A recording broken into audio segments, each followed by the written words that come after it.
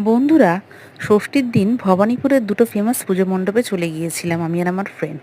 একটি হলো মুক্তদল, তার মধ্যে দেখো ভেতরটা কত সুন্দর করেছে। এদের থিমটা ছিল পুরুলিয়ার ছৌ নাচের আদলে পুরো মণ্ডপটা সজ্জিত হয়েছে। ভেতরটা বেশ সুন্দর, ছোটোর মধ্যে মণ্ডপটা খুবই সুন্দর করেছে। একটা অন্য রকম ফিল এসে যাবে তোমাদের এই পুজো মণ্ডপে ঢুকলে।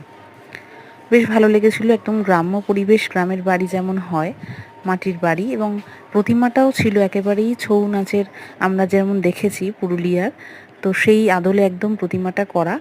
দেখো কত সুন্দর। দেখো তোমাদের দেখাচ্ছি, শেয়ার করছি। আমি এখানে কতগুলো ফটোশ্যুট করে নিলাম। আর আরেকটা ছিল 68 পল্লী।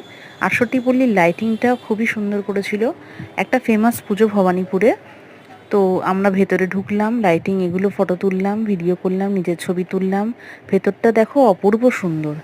এই পুরো ভেতরে অ্যাম্বিয়েন্সটা দারুণ একদম। তার সে ভিডিওটা আমি করে নিয়েছি। খুব সুন্দর সাজানো, প্রতিমাটাও অসাধারণ করেছে। আমি আমার ফ্রেন্ড চলে গিয়েছিলাম সেদিন ষষ্ঠীর দিনে কালীঘাট এবং ভবানীপুরের কতগুলো পুজো মণ্ডপে।